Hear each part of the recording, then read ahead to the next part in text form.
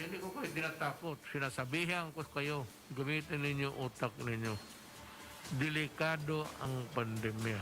Hindi laro ito o sakit-sakitan. Pagka tinamaan ka nito, wala na. It's very lethal. Nakikiusap ako sa inyo. Hindi naman ka... Alam mo kasi, kung marami lang tayong pera, pwede ako magtapo ng pera. Pero wala akong pera. At hindi naman ninyo masisi ang gobyerno.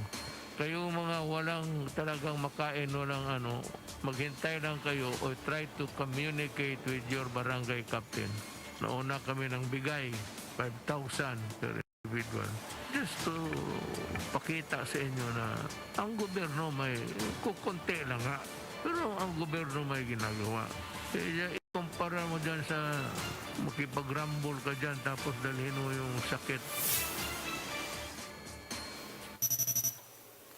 President Duterte receives his first dose of the Sinopharm vaccine. The government hopes this will encourage more people to get vaccinated against the coronavirus. Duterte insists there's no reason to be rude to China, despite escalating tensions over at the West Philippine Sea. In line with this, the president has an appeal to Beijing. Kindly just allow our fishermen to fish in peace, and so there is no reason for trouble. The DOH reports that more Filipinos are recovering from COVID-19, while the attack rate has been declining. But despite these developments, the president tells the public that it's still best to stay at home.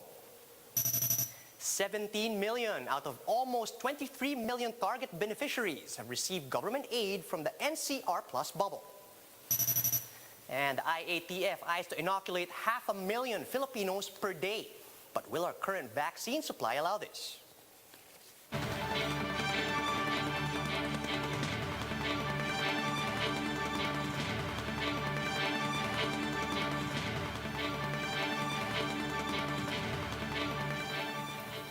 Fast, focused, and fearless. Here's everything you need to know as you jumpstart your day. I'm Charles Lejano. Starting off today's newscast with President Rodrigo Duterte getting vaccinated against COVID-19. Health Secretary Francisco Duque III administered Duterte's first dose of the Sinopharm vaccine as recommended by his doctors. The president's vaccination was covered by the compassionate use permit granted to the PSG by the FDA. And after getting inoculated, Duterte explained that he did not get the jab to protect himself against the virus. Instead, he hopes that this will encourage Filipinos to get immunized. President Duterte says he never promised to champion the country's claim in the West Philippine Sea. In his public address last night, Duterte expressed bewilderment at how the public and some political personalities expect him to, quote, wage a war against China just because he's the president. But so far, former Supreme Court Justice Antonio Carpio and retired DFA Chief Albert Del Rosario have not asked the chief executive to wage a physical war against Beijing.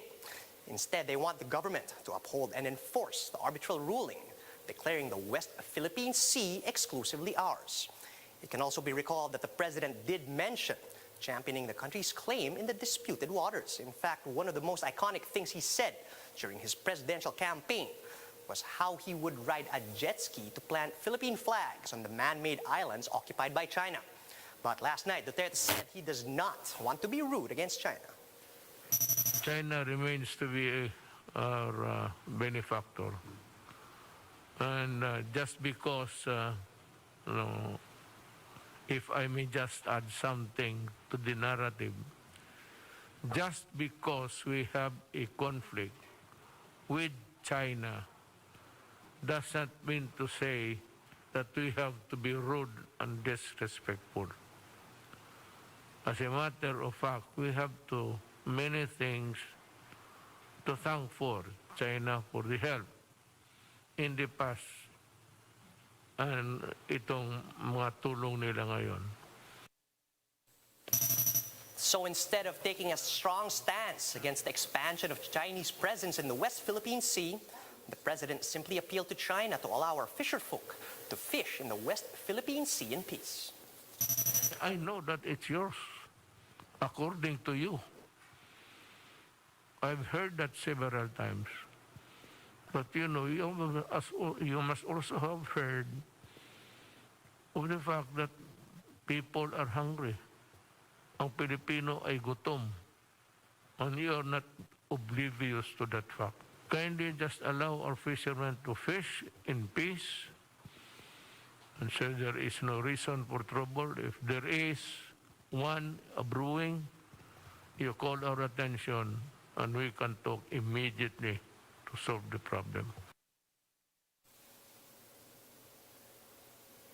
While the president seems to be taking a soft stance against China, DFA Secretary Teddy Boy Locsin is taking a different approach. In a tweet peppered with colorful curse words, Locsin asked China to pull out of the West Philippine Sea.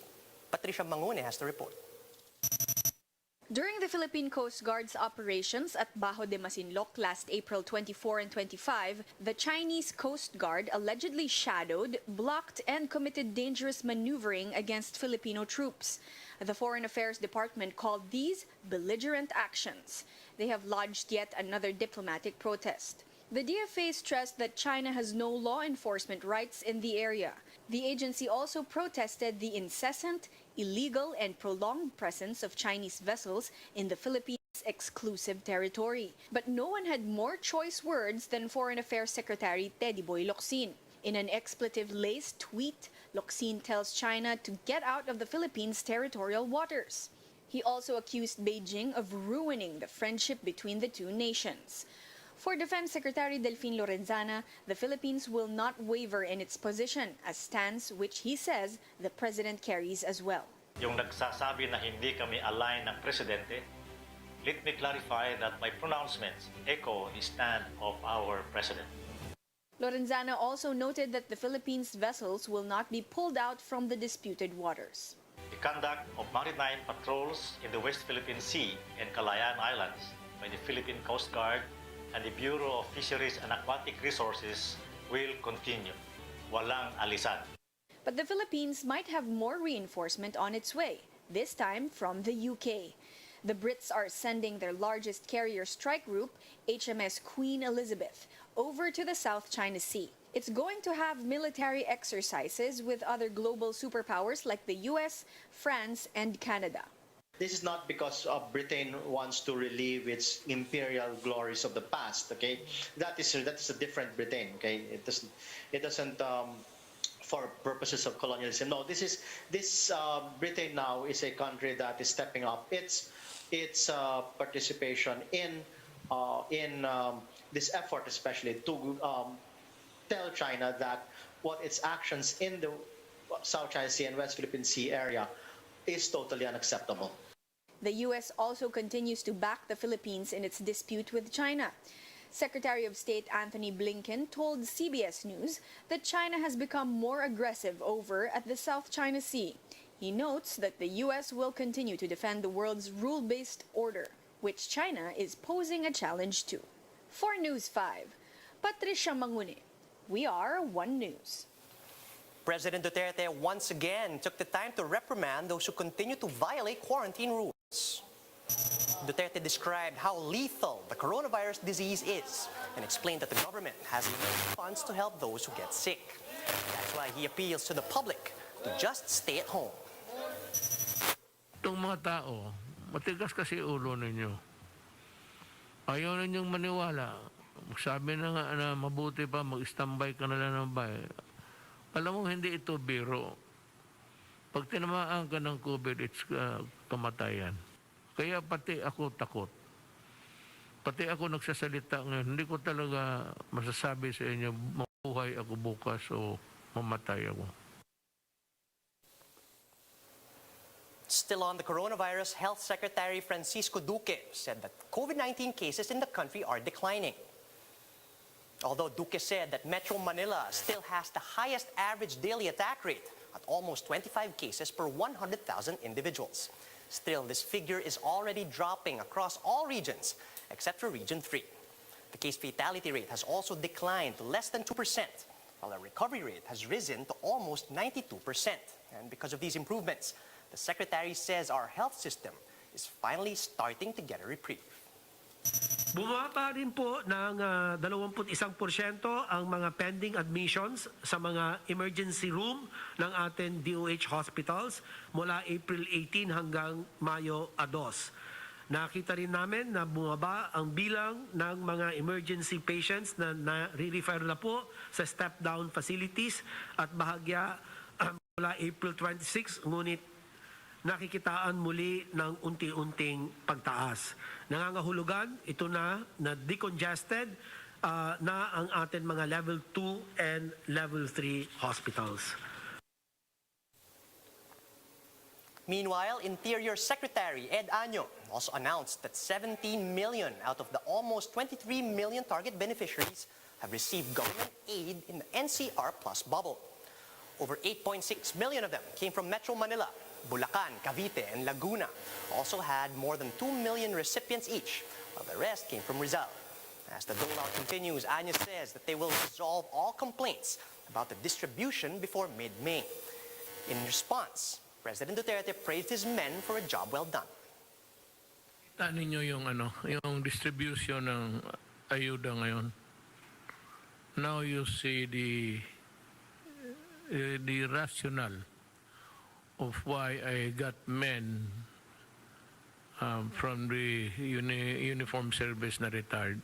Meron, pero hindi ganon karami, hindi ganon kaseryos, na blatant ang harap-harapan ng katiwalian na ginagamit because somebody is doing his job. Labor groups are appealing to include a total of 4.5 million workers in the government's wage subsidy program. But the Labor Department says their budget is simply not enough to help them all. Shaila Francisco with the story. This restaurant in Pasig City used to be packed with customers, but now they're only accommodating mostly delivery riders for orders online. Their employees are also bearing the brunt of the losses, like Alma, who now just works for 3 days a week. With her take-home pay slashed, she's now hoping that the government will provide wage subsidies for workers like her. Malaking tulong po sa akin yung bill, katulad po na ganito nga po yung pasok namin. Pandagdag gastos po sa pambayad ng bills kasi katulad ngayon, ang dami talagang namin pending na bayaran dahil nga yung sahod namin hindi talaga sumasapat. The National Economic and Development Authority, or NEDA, is now evaluating a subsidy program proposed by the government's task force on the National Employment Recovery Strategy. The task force seeks to allocate 24 billion pesos for the program. Some 1 million workers stand to benefit from this. They will receive a monthly allowance of 8,000 pesos for 3 months, which they can claim through their employer's payroll system.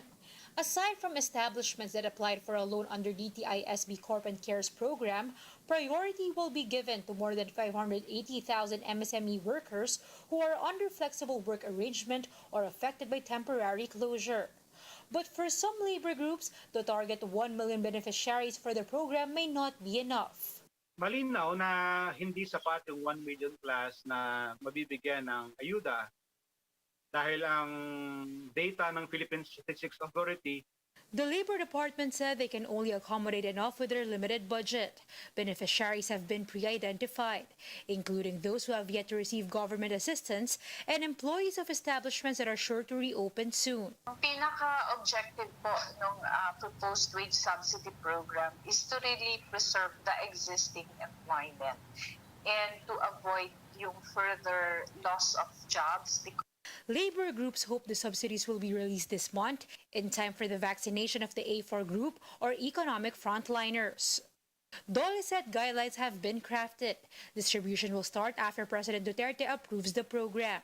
Shaila Francisco, WR1 News. Vaccine czar Carlito Galvez Jr. says the government is gearing up to boost the country's supply of COVID-19 shots. He says the target is to inoculate next tranches of vaccine arrivals will be bigger.